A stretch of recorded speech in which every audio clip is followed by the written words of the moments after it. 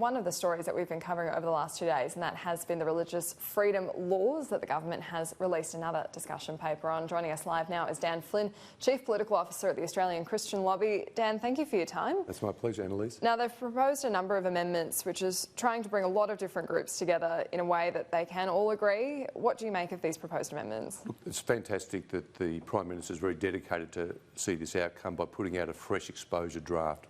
So the process is fantastic. The consultation with religious stakeholders is first class. One of the big improvements we've seen since the first draft is that judges will no longer be called upon to determine what is a religious doctrine. So they won't get involved in church doctrine. It'll be accepted that what somebody of that faith says is a doctrine in a religious discrimination case. So that's great. Annalise, it's also great that religious organisations, hospitals, aged care can select staff according to their faith. That's a great outcome, and I think is common sense in a sort of live and let live Australia that we live in. So we're mainly happy. We have a few improvements that we will be speaking to the government about, but this is a great improvement on the first draft. So with that first point you raised about being able to select staff members, second point about being able to select staff members on the basis of their faith. One thing I found really interesting in this discussion is most people I know who have faith, yes, it doesn't stay static, it changes over time, and it's a personal interpretation. So what happens in this situation if you're employed at a school and you end up being a lot more liberal than when you started out, or ending up a lot more conservative, but you still identify as part of that religion? Just picking up on the first point there, you're right. Some people are born into faith and some people choose faith. And as I think you're saying, some people may fall out of faith. But I think one of the great reasons for robust protection for religious freedom, anti-discrimination, is for everybody, people with faith and no faith. Those without faith at some point may find faith, either in Christianity or Islam, for example, and will be glad these robust protections are in place.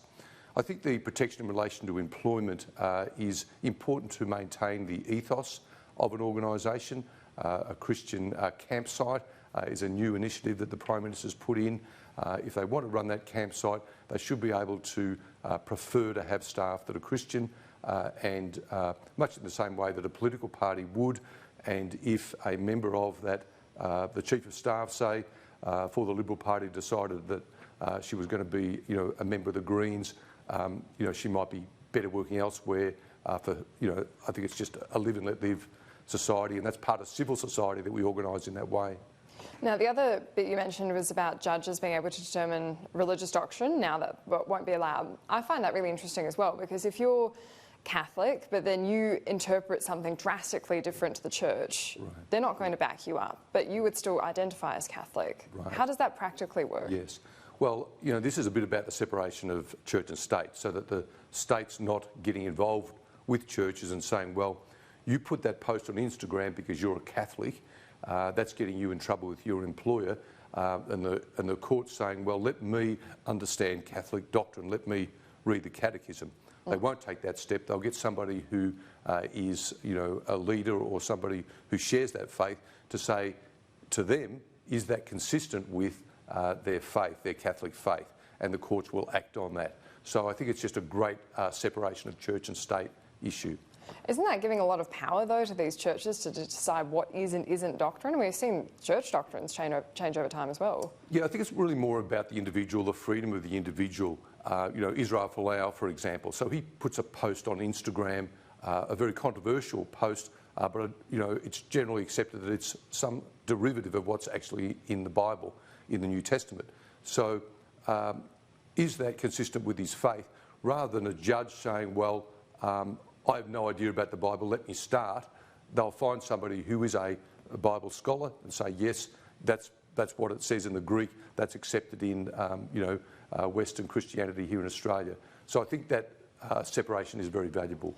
It is requiring some kind of determination from the judge, though, on the value of the doctrine, though, isn't it? Well, the judge has got to take the evidence, but it's very clear in this exposure draft that the Prime Minister, the Attorney General are accepting that judges are not wired up to become theologians. It's asking too much of them, and it's too much of an invasion on the way we organise as Christians, as Muslims. It's just too big an ask. Now, if we look at where this religious freedom bill goes to from here, it's been a very long consultation process. Are you happy with how it's been progressing? Look, very happy. The doors of the Attorney-General have certainly been open to faith groups, to faith leaders, to people like ourselves for great consultation. It's been a brilliant process, and that will continue. Submissions are due on the 30th of January, and I suppose Christians ought to be careful what they wish for. They'll be exhausted after Christmas and now have to deal with this. But be that as it may, we are all asked to comment on these 11 changes, and I think we'll all make a very good effort to get those submissions in.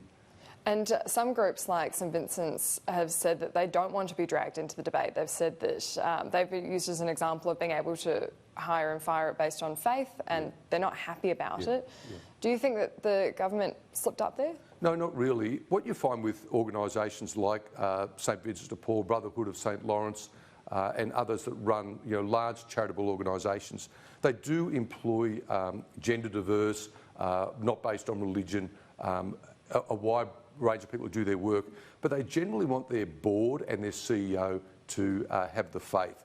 And so that provides a protection for Vinnies if they want it, but for other organisations similar, that they can maintain their ethos by selecting their board, because if you have no protection, then you can't even do that. Isn't the concern, though, is that, like, I use the Catholic example again, you can be a devout Catholic but be gay, and so that's against the church doctrine, but you're still identifying as a Catholic. But isn't that where the discrimination lies? No, not really. This is actually about religion. This is actually not about sexuality.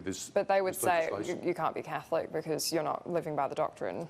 Well, look, I think that's probably a debate for another day. This is strictly on religion. So there is another bill coming, the Sex Discrimination Act review, which will be, I think it's about 12 months away, which will deal with those issues. But if somebody, this is about making a statement of faith at a workplace, like Israel Folau, and if the statement reflects the faith, they will get protection under this legislation. And that was quite interesting to the Folau example, because one of the amendments has been allowing protection for those who work for a company that turns over more than $50 million a year. Is that just the power imbalance, and why shouldn't that be available to people who work at smaller companies? Great point, Annalise. We are uncomfortable with this $50 million arbitrary line. We are uncomfortable with the treatment of individuals because even over $50 million, say one of the large banks, they could terminate somebody for their Instagram post or their Facebook post by making the case that this will cause us unjustifiable financial hardship. And we think that's too low a threshold. We've asked the government to remove it. It is still there, so we will be advocating for the future Folaus who are not as well resourced or not as famous. Is there anything else you've asked the government to change?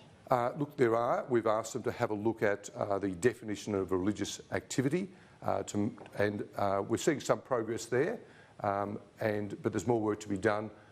Generally speaking, we are happy with the progress. Our biggest concern remains individuals who may be limited in their expression of faith in the workplace. Dan Flynn, thank you so much for your time. Thank you, Annalise.